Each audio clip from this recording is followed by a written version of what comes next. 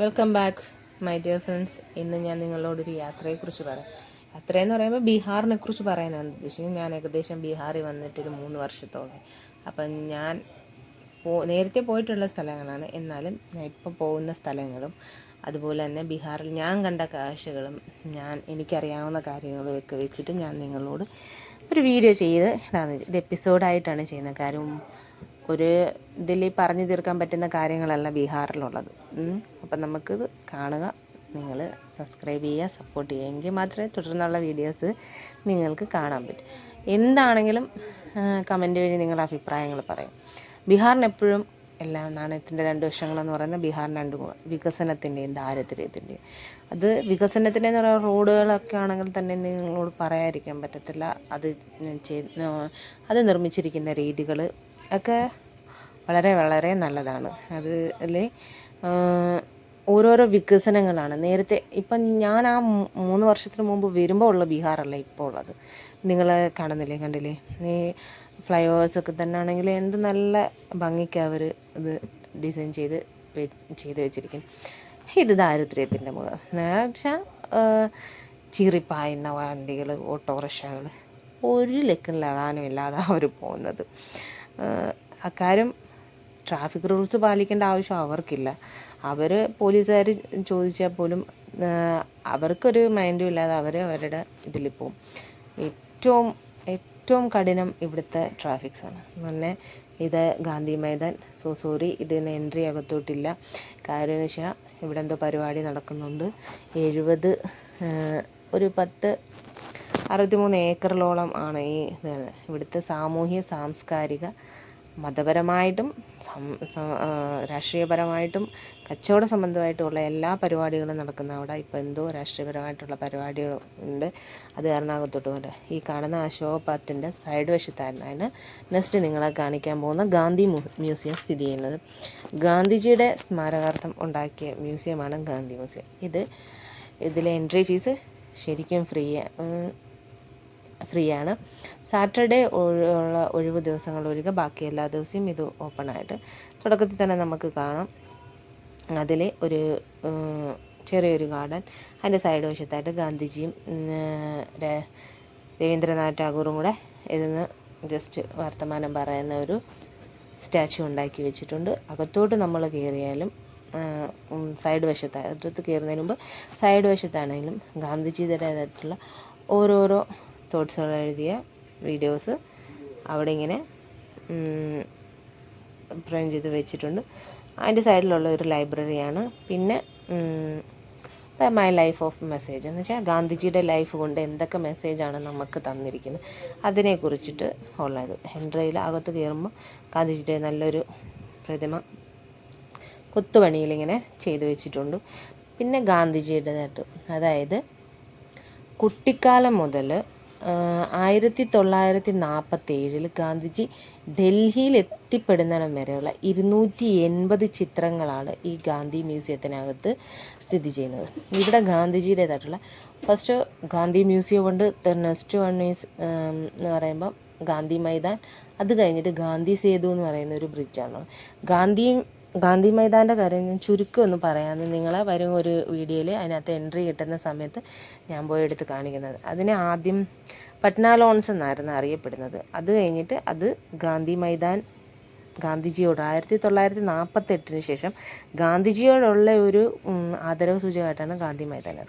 ഇതിവിടെ ഗാന്ധിജിയുടെ റൂമിൻ്റേതായിട്ടുള്ള ഒരു മുറിയുടേതായിട്ടുള്ള ഒരു മാതൃകയൊക്കെ ചെയ്ത് വെച്ചിട്ടുണ്ട്. പിന്നെ ഗാന്ധിജിയെ ഉപ്പ് സത്യാഗ്രഹത്തിന് ഉപയോഗിച്ചതുണ്ട്. അതുപോലെ തന്നെ പേന, ജപമാല, പുസ്തകങ്ങൾ, ചെറുക്ക നെയ്യാൻ ഉപയോഗിച്ച സാധനങ്ങൾ, ഇങ്ങനെ ഓരോരോ കുഞ്ഞു ഗാന്ധിജിയുടേതായിട്ടുള്ള കാര്യങ്ങൾ വരും സൂക്ഷിച്ച ഒരു ഇതിൽ അവർ കെയർ ചെയ്ത് വെച്ചിട്ടുണ്ട്.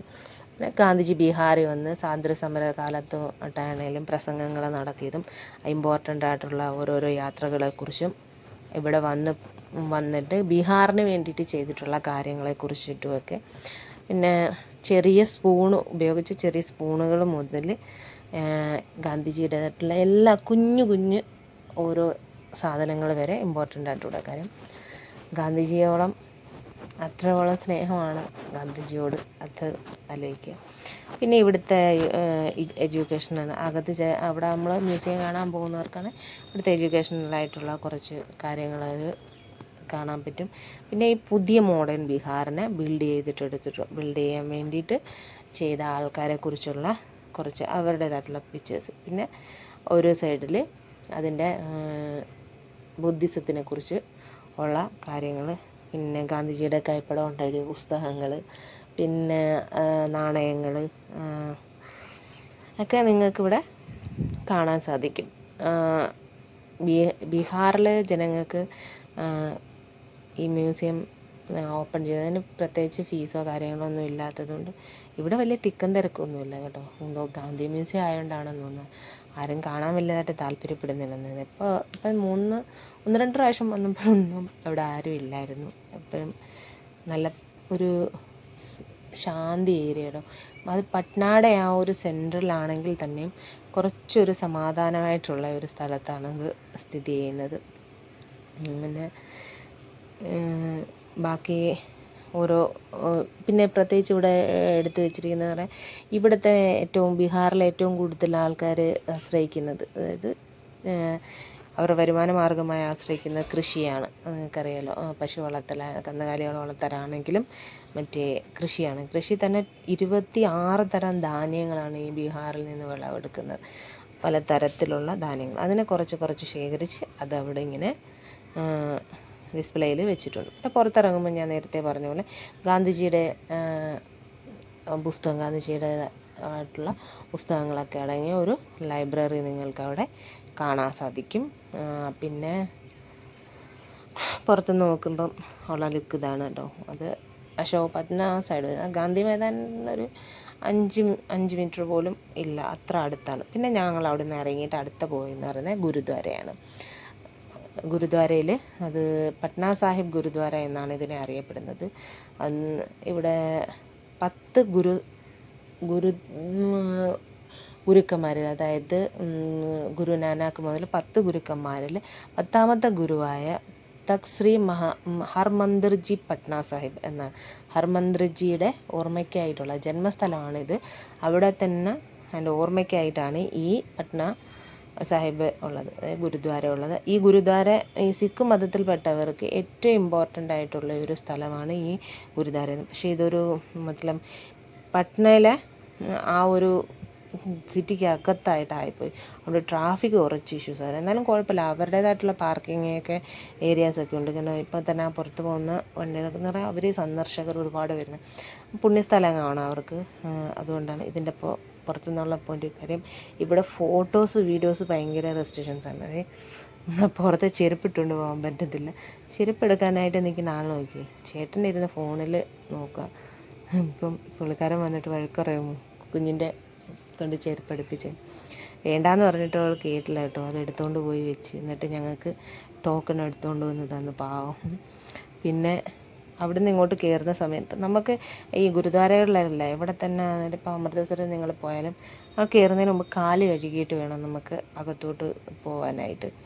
പിന്നെ അകത്ത് കയറി ചെല്ലുമ്പം കാല് കഴുകി അകത്ത് കയറി ചെല്ലുമ്പോൾ ആദ്യത്തെ കാഴ്ച ഇതാണ്. ഫോട്ടോ വീഡിയോസൊക്കെ എടുക്കാൻ അവർ നമ്മളെ വഴക്കണം, കുറച്ചേ എടുക്കുകയുള്ളൂ എന്നും പറഞ്ഞ് റിക്വസ്റ്റ് ചെയ്തിട്ടാണ് നമ്മളതിനെ എടുത്തത്. ഇവിടെ ചെറിയ റൂമുകൾ നിങ്ങൾക്ക് കാണാൻ വയ്ക്കുക. അവിടെ ഈ സന്ദർശനത്തിന് വരുന്നവർക്ക് താമസിക്കാൻ, അതായത് സിഖുകാർക്ക് താമസിക്കാനുള്ള വലിയൊരു കോമ്പൗണ്ടിൽ ആണ് ഇതിങ്ങനെ സ്ഥിതി ചെയ്യുന്നത്.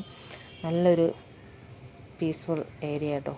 പക്ഷേ അകത്തോട്ട് കയറുമ്പം തന്നെ നമുക്ക് ഭയങ്കര ചൂടാണ്. ഇപ്പം നിങ്ങളോട് വരുന്ന ബീഹാർ സന്ദർശിക്കാൻ വരുന്നവരുടെ മെയിനായിട്ടുള്ള ടൈം എന്ന് പറഞ്ഞാൽ ഒരു നവംബർ ഡിസംബറൊക്കെ ആകുമ്പോഴത്തേക്കാണെങ്കിൽ ഓക്കെ, കാര്യം വലിയ ചൂടില്ല. അതുകൊണ്ട് പിന്നെ അവരകത്ത് ഫോട്ടോ എടുക്കട്ടെ എന്ന് ഇപ്പം ഇവിടെ എന്നെ എടുക്കണ്ടെന്ന് റിക്വസ്റ്റ് ചെയ്തപ്പോൾ മെയിനായിട്ട് ഇവിടെ എടുത്ത് പറയേണ്ടത് ഇവിടുത്തെ ലങ്കറാണ്. 24 hours തുറന്ന് പ്രവർത്തിക്കുന്ന ലങ്കറാണ് ഇവിടെ ഉള്ളത്. അതായത് വലിപ്പച്ചെറുപ്പില്ല. ഇപ്പോൾ പണക്കാരനെന്നോ പാവപ്പെട്ടവനെന്നോ അങ്ങനെയുള്ള വലിപ്പച്ചെറുപ്പമൊന്നുമില്ല. എല്ലാവരും സമത്വമായിട്ട് താഴെ ഇരുന്നിട്ട് വേണം ഫുഡ് കഴിക്കാനായിട്ട്. 24 hours നിങ്ങൾക്ക് അവിടെ ചെന്നാൽ ഫുഡ് കിട്ടും. ആർക്കും അവിടെ പോകുമ്പോൾ ഫുഡ് കൊണ്ടുപോകേണ്ട ആവശ്യമൊന്നുമില്ല, പുറത്ത് ഹോട്ടലിൽ നിന്ന് കഴിക്കേണ്ട ആവശ്യമില്ല. അവിടെ നല്ല ഫുഡ് കിട്ടും. ഞങ്ങൾ ചെന്നപ്പോൾ ചോറ്, നമ്മളെ നാട്ടിൽ മോരുകറിയുടെ വേറൊരു വേഷം, കടി എന്നാണ് അതിന് പറയുന്നത്, അത് ഉണ്ടായിരുന്നു വെള്ളവും. നല്ല ടേസ്റ്റ് ഉണ്ടായിരുന്നു. അത്യാവശ്യം നല്ല നീറ്റായിട്ടാണ് ഈ പത്രങ്ങളൊക്കെ കണ്ടാൽ തന്നെ നിങ്ങൾക്കറിയാം, നല്ല നീറ്റായിട്ടാണ് അത് ഉണ്ടാക്കിയിരിക്കുന്നത്. അത് കഴിച്ചു. അതെല്ലാവരും കണ്ടു, എല്ലാവരും നിലത്തിരുന്ന് ആണ് കഴിക്കുന്നത്. അവർ ശരിക്കും ആഹാരത്തിനെ നന്നായിട്ട് ബഹുമാനിച്ചാണ് ആഹാരം കഴിക്കുന്നത്. ആര് വന്നാലും അവിടെ നിലത്തിരുന്ന് വേണം, എത്ര വലിയവനാണ്. അതുകൊണ്ട് അവർ ഉദ്ദേശിക്കുന്ന എല്ലാവരും ഈക്വലാണ് എന്നുള്ള ഒരു സന്ദേശമാണ് അതുവഴി അവർ ലോകത്തിന് കൊടുക്കാൻ ഉദ്ദേശിക്കുന്നത്. അത് സ്നേഹവും സൗഹാർദ്ദവും ഒരുമിച്ച് കൊണ്ടുപോകാൻ, സാമൂഹ്യ സമത്വവും ഒരുമിച്ച് കൊണ്ടുപോകാൻ, അതിൻ്റെ മൂല്യങ്ങൾ ആൾക്കാരെ അറിയിക്കാൻ വേണ്ടിയിട്ടാണ് ഈ ലംഗർ എന്നാണ് അവർ ചോദിച്ചപ്പോൾ പറഞ്ഞത്. അത് കഴിച്ചു, വേറെ അറിഞ്ഞു. 2 റൊട്ടി ഉണ്ടായിരുന്നു, പക്ഷേ എനിക്ക് ചപ്പാത്തി ഇഷ്ടമല്ലാതെ ഞാൻ കഴിച്ചില്ല. അവിടുന്ന് കാല് കഴുകിയിട്ട് വേണം സ്റ്റെപ്പ് മേളോട്ട് കയറാനായിട്ട്. പിന്നെ അന്നേരവും ഞാൻ അവിടെ നിൽക്കുന്ന പുള്ളിക്കാരനോട് ചോദിച്ചു അകത്ത് വീഡിയോസ് എടുത്തോട്ടെ എന്നപ്പോൾ പറഞ്ഞ് പറ്റത്തില്ല.